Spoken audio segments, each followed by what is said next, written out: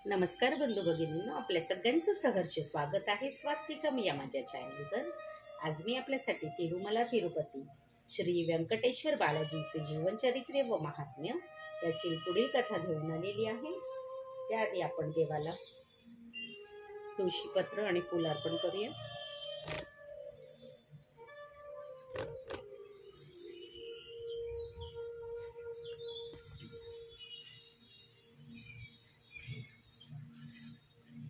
ओम गणगणपतये नमो नमः। श्री सिद्धिविनायक नमो नमः।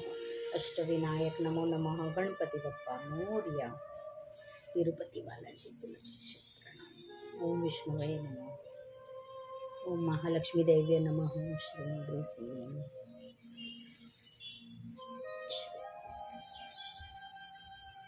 ओम विष्णुवे नमः। ओम महालक्ष्मी देव्ये नमः।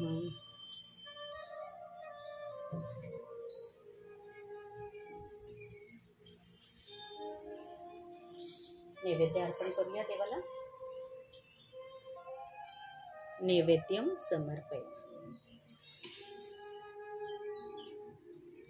नैवेद्यम समर्पयामि।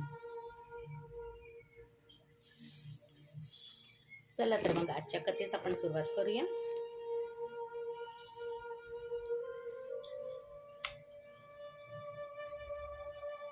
ओम विष्णुवे नमः। ओम तिरुपती बालाजी नमो नमः।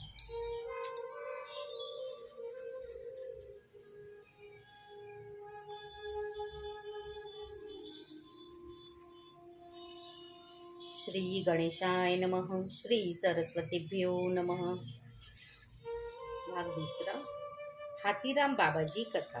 बाबाजी कथा। बाबाजी नावाचा एक महान भक्त उत्तर हिंदुस्थानात तिरुमलास येऊन तेथेच एक आश्रम तयार करून राहत असे। बाबाजी प्रतिरोज 2 वेळा स्वामी पुष्करणीत स्नान करून श्रीनिवासाचे दर्शन करीत असत। नंतर आश्रमात येऊन भक्ती श्रद्धेने व्यंकटेश्वराचे नामस्मरण करीत असे। श्रीनिवासाची स्तुती करीत गीत गात 25 खेळत असे। खेळात दोन्ही बाजूनी आपणच खेळत असे। अशा प्रकारे बाबाजीचा वागणूक पाहून तेथे लोक त्याला मूर्खात काढीत, परंतु बाबाजी कोणाची पर्वा न करिता आपला कामधंदा आपण करीत असे। एके दिवशी आश्रमाच्या बाहेर अकस्मात विचित्र घटना घडून आली। आश्रमाबाहेर सुगंधित हवा वाहत होती। तो प्रदेश पण तेजोमय कांतीने शोभायमान होता। बाबाजी हे पाहून चकित झाला। त्याला त्या तेजोमय कांतीत एक दिव्य स्वरूप साक्षात्कार झाला। बाबाजीने त्या दिव्य स्वरूप मूर्तीला पाहून तन्मयतेने म्हणाला, हे गोविंदा नारायणा, अरे व्यंकटेशा, हरे श्रीनिवासा म्हणत त्या दिव्य स्वरूपाची चरणी पडला। श्रीनिवासाने आपल्या चरणावर पडलेल्या बाबाजीला उचलून म्हटले, बाबाजी, या आपण दोघे मिळून 25चा खेळ खेळू। श्रीनिवासाचे असे बोलणे ऐकून बाबाजी आनंदित होऊन श्रीनिवासाला आपल्या आश्रमात घेऊन गेला। श्रीनिवासाला हरणीच्या चर्मावर बसविले। श्रीनिवासाचे दिव्य स्वरूपाला पाहत तल्लीन होऊन स्वतःला पण विसरून गेला। हे पाहून श्रीनिवास बाबाजीस म्हणाले, बाबाजी, 25 खेळण्यास येत नाही ना का? तेव्हा बाबाजी शुद्धीत येऊन श्रीनिवासाबरोबर 25चा खेळ खेळू लागला। भक्त बाबाजीला पाहून श्रीनिवास आनंदित झाला। शेवटी भक्ताच्या आनंदासाठी श्रीनिवास बाबाजीकडून हरला।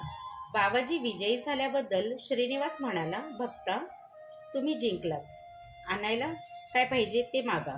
आपणाला काय पाहिजे ते मागा, मी द्यायला तयार आहे। बाबाजीने श्रीनिवासाचे बोलणे ऐकून प्रार्थना केली की, हे परमधामा श्रीनिवासा, मला काहीच नको, मी फक्त आपले विश्व स्वरूप पाहून इच्छितो। बाबाजीने प्रार्थना ऐकून श्रीनिवासानं बाबाजीस विश्वरूप दर्शन दिले। विश्वरूप दर्शन घेऊन आनंदित होऊन भक्तिपूर्वक स्तोत्र करू लागला। अशा प्रकारे श्रीनिवास दररोज येऊन बाबाजी बरोबर 25 खेळत असे। एके दिवशी खेळ खेळत असता श्रीनिवास कंठहार तिथेच विसरून गेला। श्रीनिवास गेल्यानंतर बाबाजीच्या दृष्टीस कंठहार दिसला। श्रीनिवास खेळाच्या नादात हार विसरून गेला, म्हणून खेळायला आल्यावर हार परत करण्याचा निश्चय केला। बाबाजी श्रीनिवासाची वाट पाहत रात्रभर जागेच राहिले, तरी पण श्रीनिवास आलाच नाही। प्रातकाळ झाल्यावर बाबाजी कंठहार घेऊन श्रीनिवासाला परत करण्यासाठी मंदिराकडे चालता झाला. इकडे मंदिरात श्रीनिवासाच्या गळ्यातील हार नाहीसा झालेला पाहून पुजारी घाबरून गेले. पुजारी जाऊन मंदिराच्या अधिकाऱ्यास सांगते झाले. सर्वजण चोहीकडे शोधायला लागले, तरी हार मिळाला नाही. इतक्यात बाबाजी हार घेऊन मंदिरात पोहोचले. बाबाजीच्या हातात हार पाहून पुजारी बाबाजीला चोर समजून त्याला चांगलाच मार दिला. त्याला मारित असताना पाहून एका अधिकाऱ्याने मारणे थांबवून बाबाजीला विचारता झाला, संन्यासी असून तू श्रीनिवासाचे हाराची चोरी करतोस, तू ही चोरी का केलीस सांग. तेव्हा बाबाजी आपल्या आश्रमात घडलेली हकीकत अधिकाऱ्यास सांगता झाला. परंतु बाबाजीवर कोणीही विश्वास ठेवला नाही. उलट त्याची थट्टा करू लागले. श्रीनिवास कुठे आणि तू कुठे? तुझ्याबरोबर श्रीनिवास काय 25 खेळायला येतील? आम्ही येथे अनेक वर्षापासून त्याची सेवा करीत आहोत. आम्हाला दर्शन दिले नाही. हा संन्यासी चोर आहे. अशा प्रकारे निर्णयास येऊन बाबाजीला श्रीकृष्ण देवरायाच्या आस्थानात चोरीचा आरोप करून हजर केले.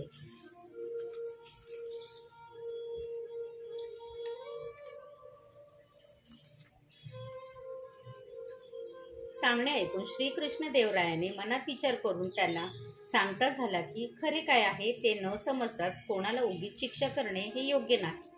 बाबाजी, आम्ही तुमची परीक्षा घेतो. तुम्ही परीक्षेत विजयी झालात तर तुम्हाला सोडून देऊ, नाहीतर कठीण शिक्षा भोगायला पाहिजे, असे सांगून कृष्णदेवरायाने बाबाजीस पाताळात गृह नेऊन बंदिवान केले. ते गृह संपूर्ण उसाने भरून होते. ते बाबाजीला दाखवून श्रीकृष्ण देवराय म्हणाले, बाबाजी, तू जर खरा भक्त असशील तर सूर्य उगवण्याच्या अगोदर सगळा ऊस खाऊन टाक. अशा प्रकारे शर्त लावली. बाबाजीला गृहात बंद करून बाहेरून कुलूप लावून चारी बाजूनी शिपायांचा पहारा ठेवला. बाबाजी हे सगळं पाहून मनात श्रीनिवासाची प्रार्थना करीत झोपी गेला.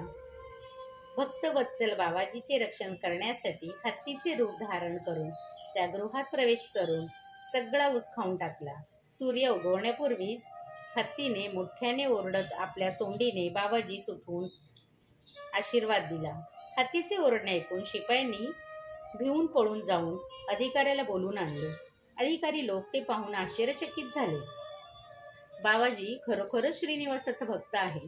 त्याच्या रक्षणासाठी श्रीनिवासाने हत्तीचे रूप धारण करून बाबाजीचे रक्षण केले. सर्व लोक बाबाजीच्या पायावर पडले व क्षमा मागितली. बाबाजीस मंदिरात पुजारी पण देऊन देवाच्या सानिध्यात राहण्यास सांगितले. आता पण लोक श्रीनिवासाचे दर्शन करून हातीराम बाबाजीचे दर्शन करतात. श्री तिरुपती बालाजी पर्णमस्तु. शुभम भवतु, शुभम भवतु, शुभम भवतु.